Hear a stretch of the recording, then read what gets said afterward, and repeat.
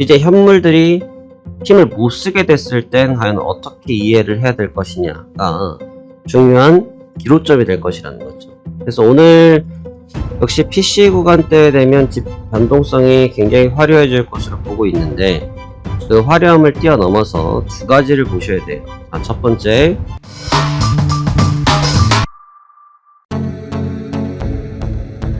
안녕하십니까, 화생한 송대표입니다. 2024년도 2월 28일 수요일 현재 시간 13시 17분 되겠습니다. 자, 이번 2월달 어떻게 보면 엔비디아만큼 중요한 경제지표인 PC가 발표되는 날입니다. 자, 시장은 지난 금요일, 그 다음에 월요일, 화요일, 오늘 수요일인데요.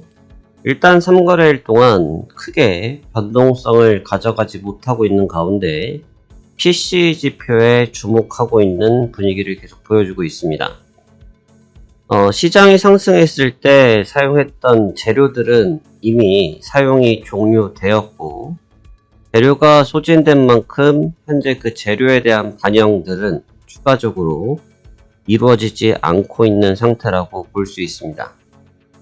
자, 그렇다면 오늘 새벽 뉴욕 증시는 어떻게 마감하였는지 먼저 살펴보도록 하고, 그 부분을 보면서 오늘 증시에 대한 대응 방안에 대해서 우리가 말씀 나눠보도록 하겠습니다. 자, 먼저 다우지수는 전일 대비해서 96포인트가 하락한 38,972포인트, 39,000포인트를 하회하면서 마감이 됐습니다. 기술적으로 분석을 하자고 하면 아주 그냥 정석적이라고 표현할 수 있을 만큼 5일선에 그냥 걸어놨다. 빨랫줄에 옷을 걸듯이 5일선에 캔들을 달아놓으면서 오늘 밤 10시 반에 나올 PC 지표를 보고 움직이겠다라는 생각을 확연하게 보여주고 있다고 볼 수 있습니다.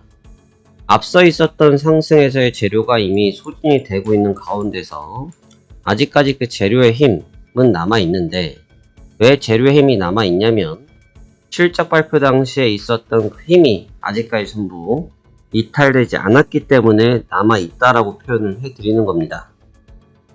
그리하여서 남아있는 흐름 가운데 방향성을 타진하고 있는 눈치인데, 아직까지는 뚜렷하게 이 방향이 맞다, 저 방향이 맞다 단정 지을 수 있는 모습은 없다라고 생각이 됩니다. 그리하여서 현재 다우지수는 5일선에 놓여져 있는 상태에서 방향성 체크에 진입을 했다라고 평가가 가능하고요. 나스닥 지수 또한 전일 밤새 등락을 주긴 했습니다만, 지금 15분봉으로 보셨을 때 보시다시피 엔비디아 이후에 완전히 박스에 갇혀 있는 모습을 보여주고 있습니다. 박스에 있다라는 얘기는 그만큼 지금 시장의 힘이 분산되지 않고 한 곳에 응집되어 있기 때문에 오늘 PC 지표가 나오면서 이 응집력이 깨질 확률이 높다고 보여집니다. 쉽게 말하면 얼음을 얼려놓았을 때 얼음을 가만히 냅두면 천천히 녹으면서 물이 되지 않습니까? 근데 이런 PC 지표는 그 얼음 정 가운데에 못으로 정을 박는 것과 마찬가지로 그런 효과가 있다는 거죠. 그래서 오늘 밤 10시 반에 GDP와 PC가 발표가 되는데, 이 해당 요소에 따라서 주가가 상당히 요동칠 것으로 보여집니다. 제가 앞서서 PC에 대해서 설명을 드렸다시피 PC 지표는 단순 PC 지표의 중요도 때문에 그런 것은 아니고 연준에서 기준점을 PC로 보고 있기 때문에 그렇습니다. 연준에서 자주 언급했던 것처럼 CPI도 중요하고 모든 데이터들이 중요하지만 지금은 PC를 굉장히 중요하게 보고 있다 라는 말씀을 하신 상태 아니겠습니까? 그렇기 때문에 해당 PC 지표로 인해서 변동성이 극심해질 것이라고 보는 것은 당연할 수밖에 없죠. 왜냐? 그 결과에 따라서 연준이 금리를 어떻게 운영할지, 일단 상반기에 하기로 했던 것은 물이 건너간 상태이고, 그럼 하반기로 갈 거냐 아니면 어느 시점에 갈 거냐, 이러한 부분을 가늠할 수 있는 부분인데, PC 지표의 발표에 따라서 시장의 해석도 중요합니다만 연준에서 그와 관련된 부분들의 발언이 이어질 거고 다음 3월 초에 파월 연준 의장이 해당 청문회가 있습니다. 그래서 그 가운데서도 언급이 나올 가능성이 높기 때문에 PC 지표는 어느 때보다 중요한 데이터가 될 수밖에 없다라고 평가하고 있습니다. 그래서 상당히 중요한 지표이다 이렇게 보시면 좋겠고요. 자, 그리하여서 오늘 장은 이제 PC 지표 구간 때 힘이 집약될 것으로 보셔야 되는데 그런 가운데도 보셔야 될 부분들이 몇 가지가 있습니다. 자, 먼저 현물을 먼저 보도록 하겠습니다. 일단 현물 시장은 지난밤에 엔비디아가 역시나 좀 계속해서 좀 쉬어가는 모습을 주고 있어요. 그래서 엔비디아 쪽에서의 움직임이 쉬어가고 있는데 제가 어제도 이 부분에 대해서 언급을 드렸다시피 엔비디아 쪽에 대한 부분이라서 그런 것은 아니고 다른 기업들도 다수가 비슷했습니다. 그러니까 실적 발표가 나온 직후는 결과에 따라서 등락, 뭐 위로 좋으면 위로 갈 수도 있고 나쁘면 아래로 갈 수도 있는데 그 효과의 연속성이라는 부분에서는 연속성이 많지 않았다라는 거죠.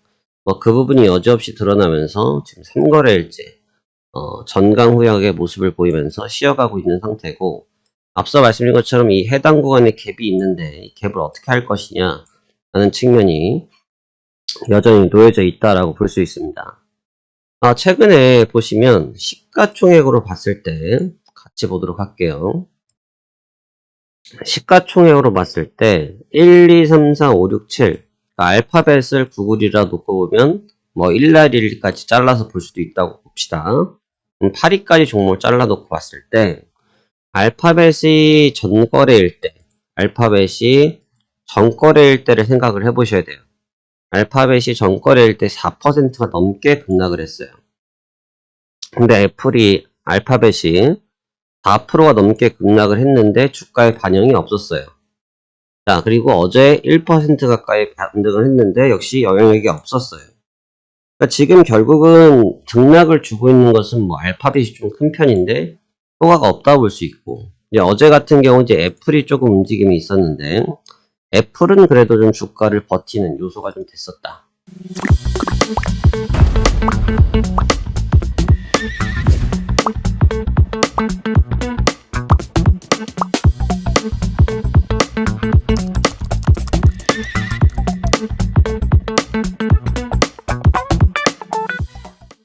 하지만 역시도 마찬가지로 애플도 등락을 주고 있는 그런 상황이기 때문에 좀 주목을 해서 봐셔야 될 것 같은데 지금 애플이 지금 전기차 사업에 대해서 포기하겠다라는 좀 뉴스가 나왔거든요. 그러니까 해당 부분도 주가에는 이게 긍정이 될지 부정이 될지는 한 번 더 지켜봐야 될 필요가 있다. 지금 생산형 AI 관련돼서 지금 애플도 그쪽으로 참여를 하겠다라는 이야기를 하고 있고 뭐 일본도 그렇고 대부분의 지금 반도체 기업들이 그와 관련된 또 관계사들이 생성형 AI에 주목을 하고 있는 모습인데 이렇게 되면 결국 차후에 나올 수 있는 멘트는 또 정해져 있죠. 무슨 말씀 나오겠습니까? 가포화 상태에 대해서 언급이 나오겠죠. 물론 그건 차후에 또 나눌 이야기겠습니다만 사업을 좀 정리하면서 그쪽으로 좀 넘어가고 있는 이런 분위기들이 과연 지금 엔비디아가 독점이라는 표현보다는 독주하고 있는 상황을 과연 누가 견제할 것인지 지금 메타의 저크버그도 일본을 건너서 우리나라에도 오지 않았습니까? 이와 관련된 부분들이 다 지금 이 엔비디아를 겨냥하고 있기 때문에 이 엔비디아의 향후 흐름을 주목할 수밖에 없어요. 그런데 이제 문제는 이 엔비디아의 주가의 현상이 미치는 영향을 좀 고려해야 되는데 이 친구가 지금 방금 제가 구글을 먼저 설명드렸고 애플을 설명을 드렸는데 엔비디아의 등락에 따라서 지금 주가가 움직이고 있잖아요. 엔비디아가 오르면 주가가 오르고 엔비디아가 빠지면 주가가 내리고 하는 현상을 보여주고 있지 않습니까? 그러니까 엔비디아에 지금 집중되어져 있는 저 상황이 어떤 식으로 과연 커버링이 될 것인가 저런 대외적인 변화가 생겼을 때 엔비디아가 버텨낼 것인가가 중요한 갈림길이 될 것 같습니다. 그러니까 지금 결국 어떻게 생각하셔야 되냐면 이렇게 보셔야 될 것 같습니다. 잘 보십시오. 자, 일봉을 놓고 보시면 지금 이 조정이 나왔던 구간들은 전부 다 연준에서 관련된 발표가 있었을 때예요.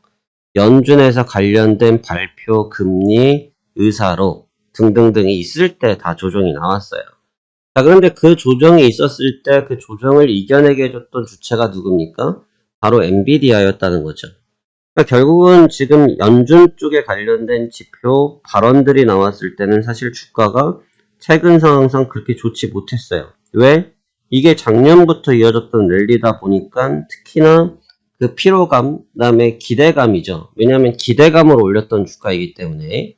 근데 그 기대감에 대한 부분들을 연준에서 나오면서 그 연준에서 그 데이터를 부셔버리는 상태가 생기니까 주가가 빠지는 상황이 생겼던 거 아니겠습니까? 그렇게 빠져버리는 상황이 생길 때 현물들이 지금 힘을 못 쓰고 있잖아요. 현물들이 힘을 쓰고 있잖아요. 이제 현물들이 힘을 못 쓰게 됐을 땐 과연 어떻게 이해를 해야 될 것이냐가 중요한 기로점이 될 것이라는 거죠. 그래서 오늘 역시 PC 구간대에 되면 변동성이 굉장히 화려해질 것으로 보고 있는데 그 화려함을 뛰어넘어서 두 가지를 보셔야 돼요.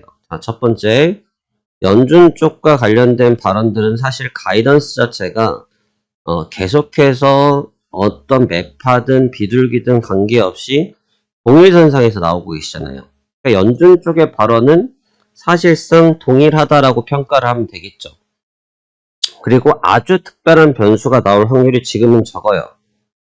그럼 이제 연준 쪽에서는 그리한다라고 봤을 때 이 부분을 막아냈던 게 현물이라고 말씀을 드렸어요. 근데 현물이 계속해서 버텨냈는데 그동안은 조정을 받아도 또 실적이 있으니까 그것 때문에 기대감이 있어서 버텨냈었잖아요. 이제 그게 없어질 때는 어떻게 버틸 거냐 이거죠. 그러니까 그게 없을 때 버틸 수 있는 상황이 무엇일 것이냐. 이 측면에 대해서 조금 더 심사숙고해서 살펴보아야 할 것 같습니다. 현물이 지켜내지 못한다고 하면 생각지 못한 흐름의 상황이 변출될 수 있고 현물이 역시나 또 현물했다. 역시나 내가 버텼다가 된다고 하면 해당 구간인들이 있었을 때 나타난 조정들을 급격하게 방어할 수 있지 않을까라는 생각이 있습니다. 해당 부분을 가지고 접근하시면 좋을 것 같고요. 오늘 크게 현재 시간대는 변동성이 워낙 적네요. 더 적어졌네요. 변동성이 지금 3일차다 보니까 변동성이 더 적어졌고 더 조심하는 것 같습니다. 그래서 지금 시간대에는 특별하게 움직임을 선사하진 않을 것이라고 보고 있고 아마 저녁 시간 내지 유럽장이 개장하기 전후가 됐을 때 변동성이 조금 집약하지 않겠냐라고 보고 있는 만큼 해당 시간대에 집중해서 보시면 좋을 것 같습니다. PC에 대한 부분은 어느 정도는 답지가 이미 발표가 난 직후입니다. 그래서 거기에서의 발표 내용에 대한 부분보다는 발표를 기점으로 해서 그 내용을 시장에서 해석을 하고 시장의 그 내용을 해석하면서 변동성을 만들어내는 것이 중요한 부분이기 때문에 단순하게 그거로 인해서 주가가 내려간다, 올라간다라고 추정하기보다는 그로 인하여 변동성이 어떻게 형성되겠구나, 어떻게 만들어지겠구나, 그리고 이런 부분을 해석을 이렇게 하기 때문에 시장 참여자들의 투자자들이 이것을 긍정적으로 보는지 부정적으로 보는지 하는 부분을 더욱더 집중해서 보는 것이 현명하다라고 생각됩니다. 자, 그러면 오늘도 여러분들의 성공 투자를 기원하며 저 또한 시장 참여에 준비해 보도록 하겠습니다. 자, 언제든지 해당 내용이 궁금하시고 빠르게 받아보고 싶으시다면 구독과 좋아요를 하시면서 함께 빠르게 시황 체크하시길 바라겠습니다. 감사합니다. 화생왕 송대표였습니다.